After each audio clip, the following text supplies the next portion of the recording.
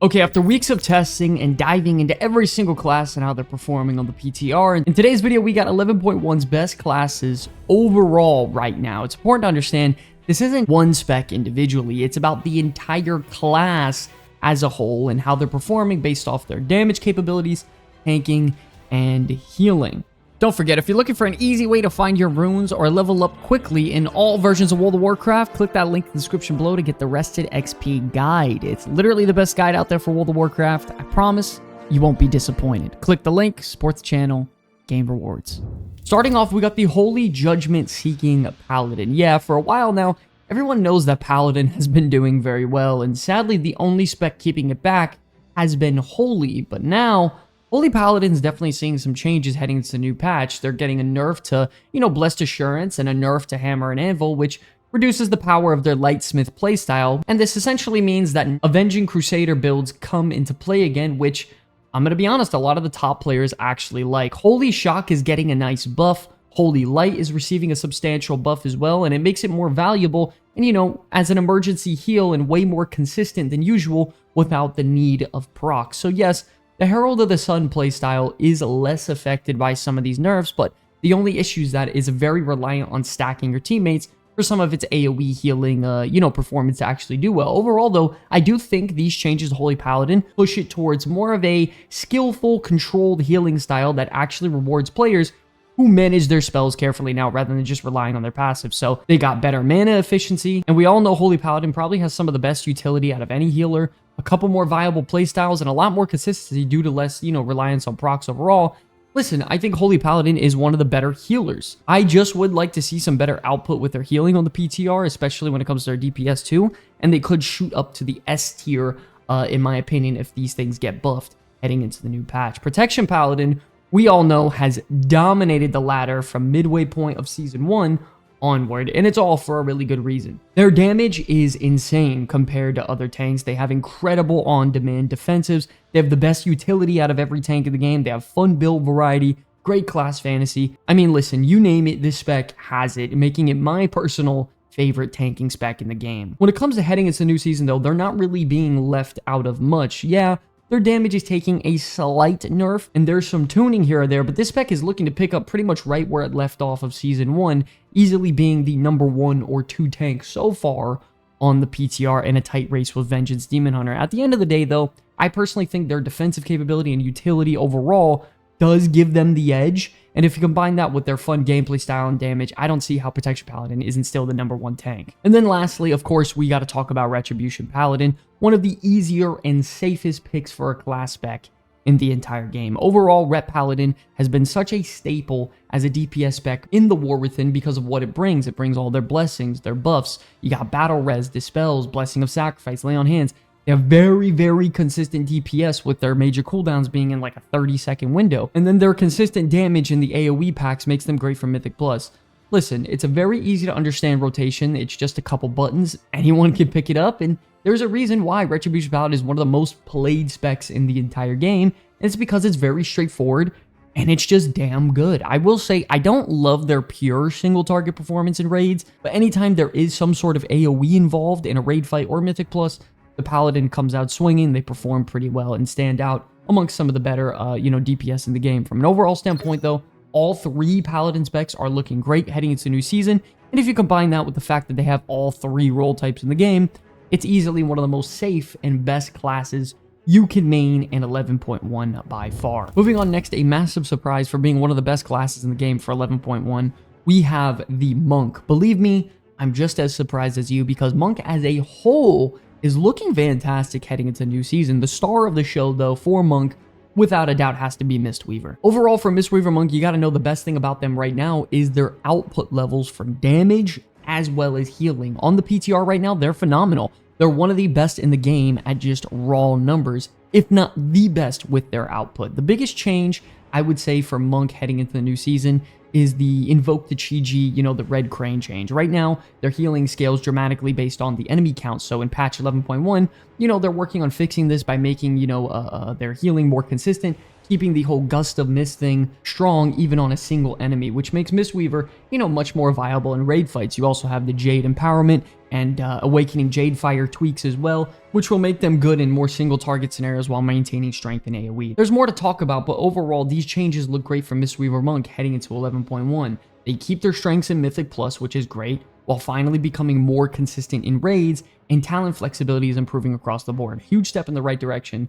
They're looking great. Windwalker Monk, they're not seeing any drastic changes, I would say, but they have seen some number tuning as well as stat improvements for haste, as well as mastery, which are both their primary stats in Season 1, and it's really shooting this spec to the next level and moving into the mid-tier of the expansion. Windwalker Monk didn't perform particularly well in Season 1, I will admit, but they've become a lot more consistent, at least so far on the PTR for Season 2, now that they're acquiring their stats and stuff. Their on-demand damage is obviously going to be very high with all their offensive cooldowns. Their consistent damage has been improved. Spinning Crane Kick got buffed and it's hitting harder. There's much more build variety with opportunities to grab spells like, Last Emperor's Capacitor, and maybe even Jade Fire Stump might become viable again. And one of the coolest things, I would say, is their brand new talent, Slicing Winds, that replaces your Flying Serpent Kick with a little, cast time dash that hits very, very hard.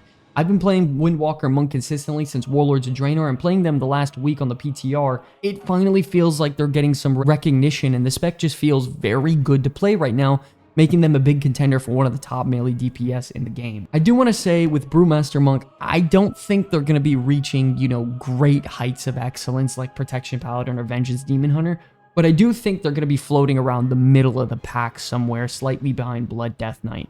I'm going to be completely honest, what's making Monk very strong right now is the S tier performance from Mistweaver and the A+ tier performance from Windwalker. So Brewmaster, they really didn't get any changes heading into the new season, and when it comes to just an overall output, they're just fine. They're average, I would say. Playstyle and talent selection is mostly just going to stay the same. I also don't like when your tier set procs, you kind of have to just jump into spamming Black Kick like 2 or 3 times. That doesn't really feel fun. But outside of this, they're okay. You have to understand, as a monk, having the opportunity to play 3 different role types, 3 different specs that are definitely doing well. We all know the highlight of this class at the moment is Mistweaver and Windwalker heading into 11.1.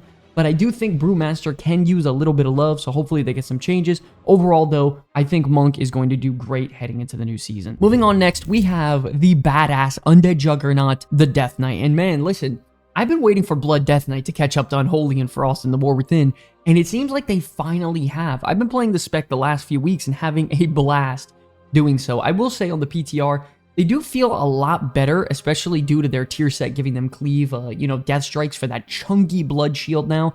And also, I would much rather prefer using Sand Lane over Deathbringer. I think it feeds more into the class fantasy, and it is better for the spec overall in the new season, which I find really fun. The damage of Sand Lane when you're pulling really, really large packs, it's very high right now. You got your Blood Beast procs going off. Of course, you have very high dot damage, Blood Boil AoE, Death Strikes AoE. I mean, this spec can actually pack a decent punch to where I could top the damage meters for a little bit and feel good about myself. The only thing I don't love right now is that their tier set feels pretty useless in single target encounters, so that kind of sucks. But other than that, I don't really have many issues with the Blood Death Knight right now. I think their output between damage and self-sustain is very high.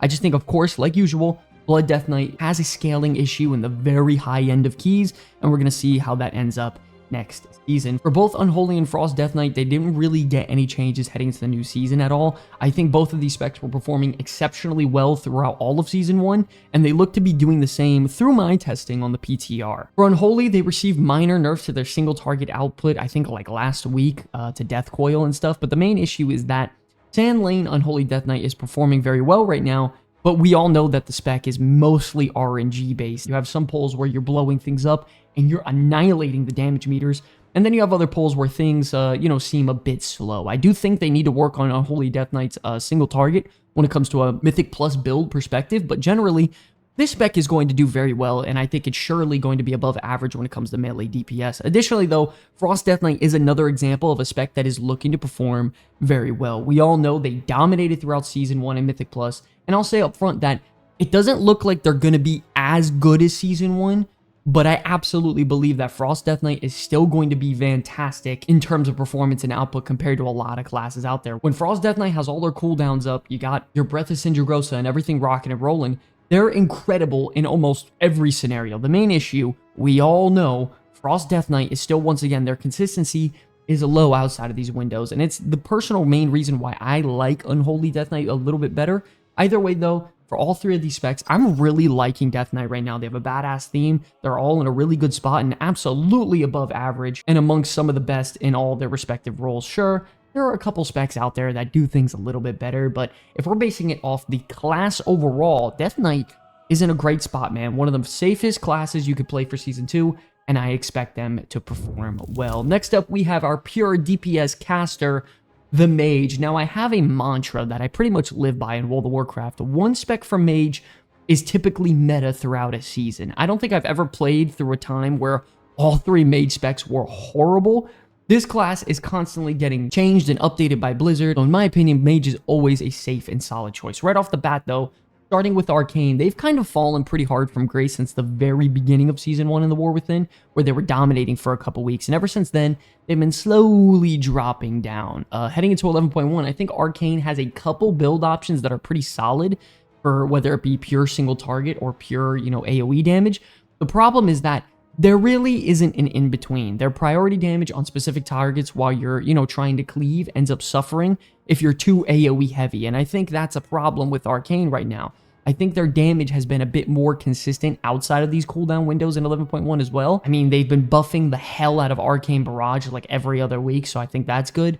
But generally, the spec is, becoming more difficult than your average DPS class to pick up, play, and learn. And it's just not worth the headache as we're heading into the new season. You're seeing easier classes outperform it, like Ret Paladin, Beast Mastery Hunter, Arms Warrior. So I don't think Arcane is in the greatest of spots. Then you also have to ask yourself, why would I play Arcane Mage when I can play a spec like Frost Mage? You got to think Frost Mage is easier to play, way more straightforward, and has significantly more output overall in both single target and AoE when needed. You combine that with the fact that you're constantly slowing enemies, you're freezing them, you're rooting them. Yeah, it's kind of a no-brainer that Frost Mage is great right now. You're constantly getting procs off your Frozen Orb to come off cooldown. Blizzard got a nice little buff as well to its range and duration and damage.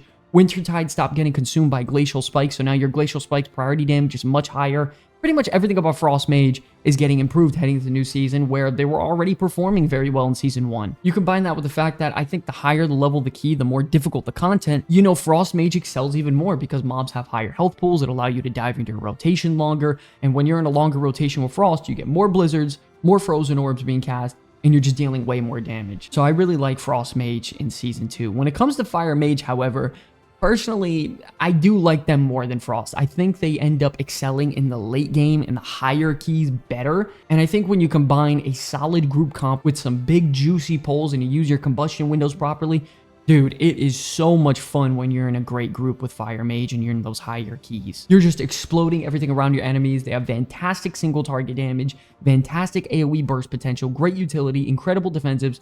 I think all of this only gets better as you, progress into the end game. They did take a minor nerf to Sun King's Blessing. I'm almost positive that Sun Fury is going to be meta again heading into the new season, so I don't even see this in a bad way for Fire Mage at all. Listen, you got to know that overall, if you're a Mage main or just a Mage player in general in any aspect, you got to be in a happy state right now. Yeah, Arcane isn't the best. Sure, it sucks, but your other two Mage specs are amongst the best of the best when it comes to damage overall and just pure outputs. Mages are in a fantastic spot, easily being, in my opinion, one of the best classes. Once again, talking about one of the best classes of the game, we got to talk about the Shaman, man. This entire class as a whole dominated throughout Season 1, and through testing and playing them on PTR, I'm really enjoying them for Season 2, and their numbers are looking pretty solid. My one and only problem with this class is actually with Restoration. Right off the bat, first off, Restoration's Riptide builds are a lot worse. You lost Primordial Wave, which was very crucial for their burst healing for Riptide builds. Their AoE is a lot weaker because of it. Ancestral Awakening got nerfed, which was a core part of their Riptide build once again.